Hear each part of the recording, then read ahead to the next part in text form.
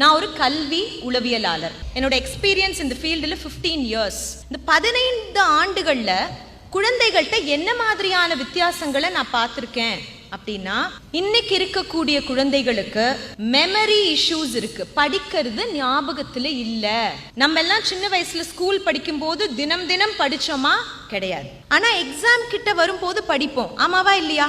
அந்த படிக்கிறது அடுத்த நாள் எக்ஸாம்ல ஞாபகத்துல இருக்கும். ஆனா இன்னைக்கு இருக்கக்கூடிய குழந்தைகளுக்கு மறதி அப்படிங்கிறது ஒரு பெரிய பிரச்சனை.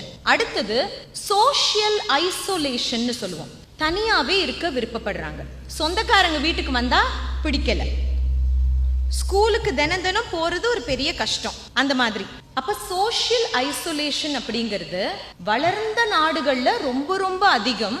வளர்ந்துட்டு இருக்கிற நாடுகள், இந்தியா, இலங்கை போன்ற வளர்ந்துட்டு இருக்கிற நாடுகள்ல இருக்க குழந்தைகளுக்கும் சோஷியல் ஐசோலேஷன் அதிகரிச்சுக்கிட்டு வருது. 5இல் வளையாதது 50இல் வளையாது.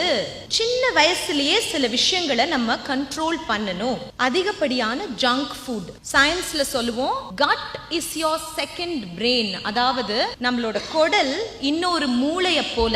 மூளை நல்லா வேலை செய்யணும்னா குடலுக்கு போற விஷயங்கள் கரெக்டா இருக்கணும். காய்கறி சாப்பிடாத குழந்தைகள், அதிகப்படியா இனிப்பு வகைகள் சாப்பிடக்கூடிய குழந்தைகள், இவங்களுக்கு மூளையில பாதிப்பு ஏற்படுது. என்ன விதமான பாதிப்பு ஏற்படுது அப்படின்னா ADHD, Attention Deficit Hyperactivity Disorder. India மட்டும் இல்ல, உலக நாடுகள் எல்லாத்திலும் இருக்கக்கூடிய பிரச்சனை. குழந்தைகளுக்கு அட்டென்ஷன் ஸ்பேன் இல்ல. ஏன் இல்ல? ஒரு 20-30 வருடங்களுக்கு முன்னாடி குழந்தைகள் பார்க்கக்கூடிய கார்ட்டூன்ஸ் ஸ்லோவா இருந்தது, அவ்வளவு கலர்ஸ் அதுல இல்ல. ஆனால் இன்னைக்கு குழந்தைகள் பார்க்கக்கூடிய என்டர்டெயின்மெண்ட் ரொம்ப ரொம்ப கலர்ஃபுல், ஃபிளாஷி, கிங்கி பிங்கி கிங்கி பிங்கி கிங்கி பிங்கி கிங்கி பிங்கி.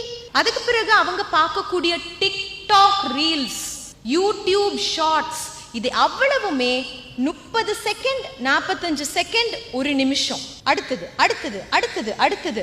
அப்ப இந்த மாதிரி அடுத்தது அடுத்தது அடுத்ததுன்னு பார்த்து பழகிய குழந்தைகளுக்கு அரை மணி நேரம் 40 நிமிடம் ஒரு வகுப்புல உட்கார முடியாது. உங்களால ஒரு நிமிஷத்துல பாடம் நடத்த முடியுமா? முடியாது. குழந்தையோட மூளை எப்படி இருக்கும்? வீட்டுல வீடியோவா பார்த்துக்கிட்டு இருக்க பிள்ளைங்க, போனையே வச்சுக்கிட்டு, டிவியவே வச்சுக்கிட்டு விளையாடவே போறது இல்ல மிஸ், அவங்க எந்த நேரம் போன்லயே தான் இருக்கிறாங்க அப்படின்னு சொல்ற பேரண்ட்ஸ் எத்தனையோ பேர் இருக்கிறாங்க. அப்படி இருக்கிற பிள்ளைகளுக்கு வகுப்புல நீங்க பாடம் எடுக்கும் போது ஓம்னு சொல்லவும் தலையாட்ட முடியாது, பண்ண மாட்டாங்க, அப்படியே உட்கார்ந்து பார்ப்பாங்க. உண்மையா சொல்லணும்னா ஜெஃப்னால இந்த ப்ராப்ளம்ஸ் குறைவு. வரும் முன் காப்போம்.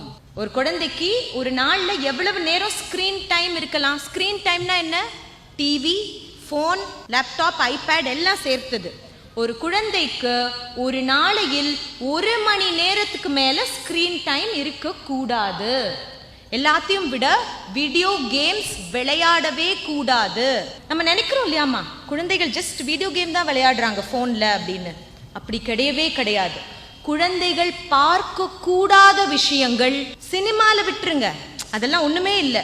அவங்களோட விளையாட்டு ஆன்லைன் கேம்ஸ்ல நிறைய இருக்கு, நிறைய இருக்கு. நான் பார்த்த ஒரு இன்சிடென்ட் சொல்றேன்.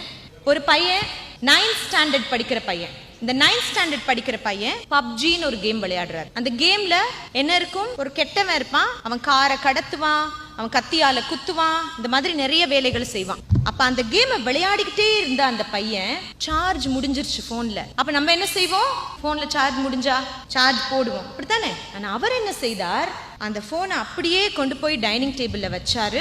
அந்த கேம்ல அவர் ஒரு கத்தியை வச்சு எல்லாத்தையும் குத்திட்டு இருந்திருக்காரு. அந்த கேம்ல இருந்து அவரோட மூளை வெளியிலேயே வரல. போனை கொண்டு போய் டைனிங் டேபிள்ல வச்சாரு. டைனிங் டேபிள்ல இருந்த கத்தி எடுத்தாரு, அவங்க அம்மாவை போய் குத்திட்டாரு. அவங்க அம்மா இறந்து போனாங்க. இது கேரளால நடந்த ஒரு இன்சிடென்ட். வீடியோ கேம்ஸ் நம்ம நினைக்கிற மாதிரி கிடையாது. ஒரு கேமுக்கு ஒரு குழந்தையை எந்த இடத்துல ஜெயிக்க விடணும், எந்த இடத்துல தோக்க விடணும், என்ன செய்தால் இந்த கேம் அடிக்ஷனா மாறும்னு இந்த கேமிங் கம்பெனிஸ்க்கு தெரியும். Very large companies, multi-million-dollar companies. காலையில 8 மணிக்கு அந்த குழந்தை விளையாண்டா எப்படி விளையாடுறான், ராத்திரி 8 மணிக்கு விளையாண்டா எப்படி விளையாடுறான், கேமுக்கு தெரியும். இப்ப நீங்க என்னோட செமினார் அட்டென்ட் பண்ணிட்டீங்கல்ல, இப்ப நீங்க வீட்டுக்கு போய் மேடம் சொல்லிட்டா நீ கேம் விளையாடக்கூடாது தம்பி, 1 மணி நேரம் தான் குறைக்கணும் அப்படின்னு சொல்லிட்டீங்கன்னா தம்பி சொல்லுவார், ஓகேம்மா 5 மணில இருந்து 5:30 மணி வரைக்கும் தான் இனி விளையாடுவேன்னு சொல்லுவார்.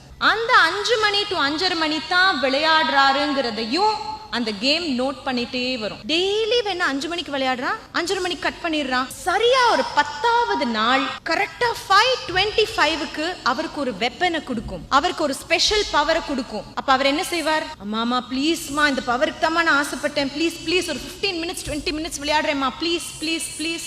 பிள்ளைகளால கவனிக்க முடியல, பிள்ளைகளுக்கு சரியா தூக்கம் வரல, பிஹேவியரல் இஷ்யூஸ், அம்மா அப்பாவை மதிக்கிறது இல்ல, டீச்சர்ஸ் மதிக்கிறது இல்ல, இந்த மாதிரியான பிரச்சனைகள் ரொம்ப ரொம்ப அதிகம். சுகர்ஸ் அதிகமா சாப்பிடுற குழந்தைகள், டோனட்ஸ், சாக்லேட்ஸ், பேக்கெட் சிப்ஸ் இதெல்லாம் சாப்பிடுற குழந்தைகளுக்கு அட்டென்ஷன் ஸ்பேன், மெமரி பவர் குறையும்.